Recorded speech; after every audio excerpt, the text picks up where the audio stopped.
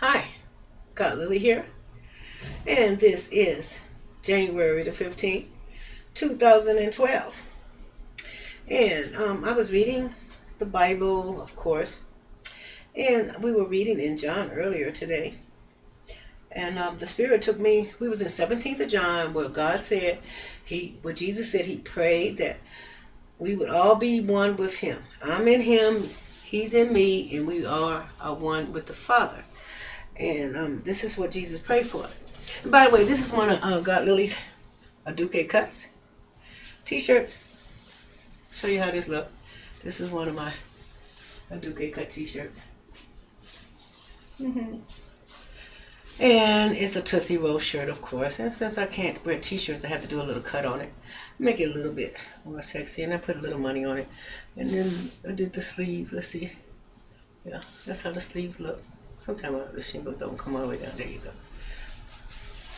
There you go. And it's attractive to wear around the house or to the store and whatever. And then you can wear t-shirts, ladies. And it's comfortable. And you can even wear it to bed if you want a pair of shorts or whatever. That's a Duque cut. And so I was reading in John 18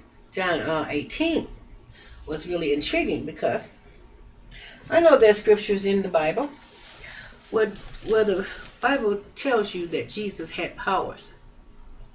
And this is something that we never speak about. Excuse me. We never speak about the powers excuse me, that God's have. And so something is making me sneeze. But we always talk about how they killed Jesus and how sad it was, and that makes you feel like you don't want to be like Christ.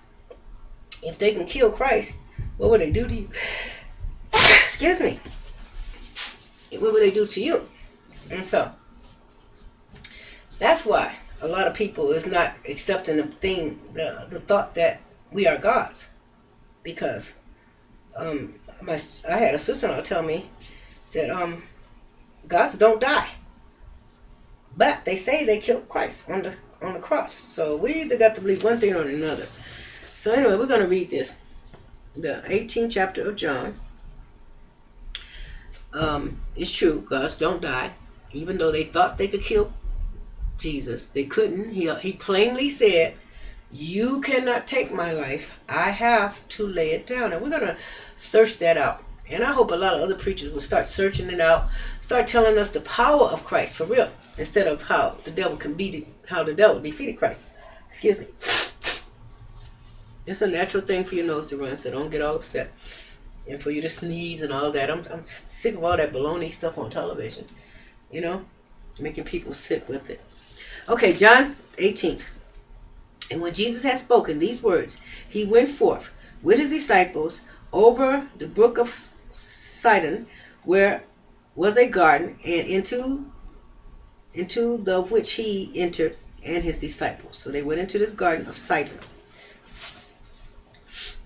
And Judas also, which betrayed him, knew the place, for Jesus oftentimes resorted thereof with the disciples. So Judas knew this place because Jesus often go there and relax and play with the disciples or whatever, kick it out with his guys, with his boys. And that's a place where they hid and relaxed. And so Judas then, having received a band of men and officers from the chief priests and Pharisees, came thither with lanterns and torches and weapons. So now Judas knew where Jesus was going to be. But you have to understand, Jesus knew that Judas was going to deceive him. Jesus knew everything. Jesus knew their thoughts all the time. If and that you do have the mind of Christ, you're going to know people's thoughts for real. You'll be able to read people. That's what it is. Read their actions and their emotions and all that stuff. Okay. So now we're in the 4th verse. Jesus therefore, knowing all things that should come upon him, went forth and said unto them, "Whom seek ye?" So here Jesus. Imagine this. So here comes Judas with all these men and everything. He said, who do you seek? And so they say to him, They answered, Jesus of Nazareth. So Jesus said unto them, I am he. Remember, look at this, I am always. That's God's name, I am, Okay. I am he. And Judas also, which betrayed him, stood with them. As soon, now this is very important, you guys. As soon then as he had said unto them, I am he, they went backwards and fell upon the ground. That's the power that Jesus had. But preachers don't talk about that.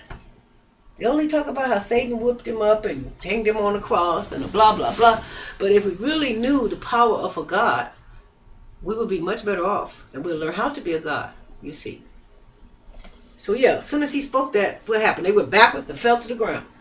Now how in the heck do you ever expect them to be able to hang him on the cross if they couldn't even get close to him until he was ready for them to? Don't you get it? We are gods. We are supposed to have power. And he said greater things he did, greater things we're going to do. But we need to get our minds set for to have that power and stop letting the witches and the warlocks and the vampires and the werewolves and everything that you can imagine have power but God people. The gods have more power than anything on this earth. Satan has no power compared to you. You need to learn how to be a God. The preachers in the churches, instead of teaching you and making you fear of Satan so you can bring your money to them, and God is going to turn in the year 2012. They need to be teaching you how to become a God and use your powers.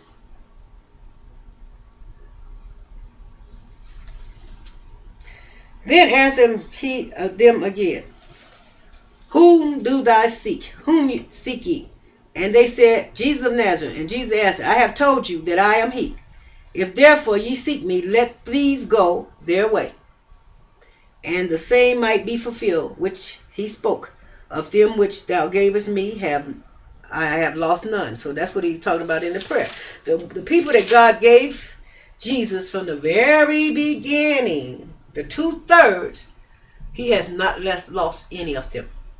Up until this day, none of us is lost for real. That's what he's trying to tell you.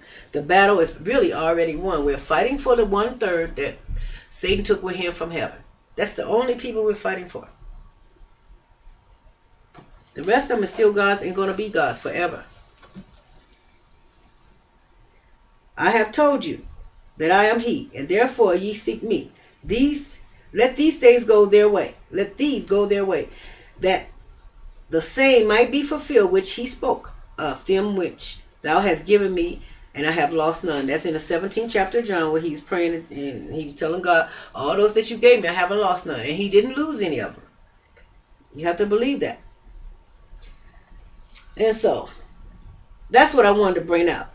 With that type of power, nobody ever makes a movie to show the real power of God, of Jesus. Nobody has ever made one to show the real Christ. First of all, he was black. Cannot be a white cross on the cross. That is not the way they looked in them days in the first place. Black was first, so you got to start telling the truth.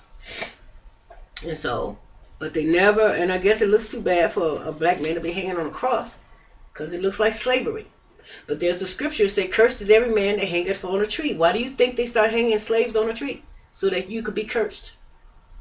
At least feel cursed. So this thing is deeper than what we suspect. And it's all from the Bible for real. And we're going to be right back. We're going to go into Luke when I get back. God bless. Love you.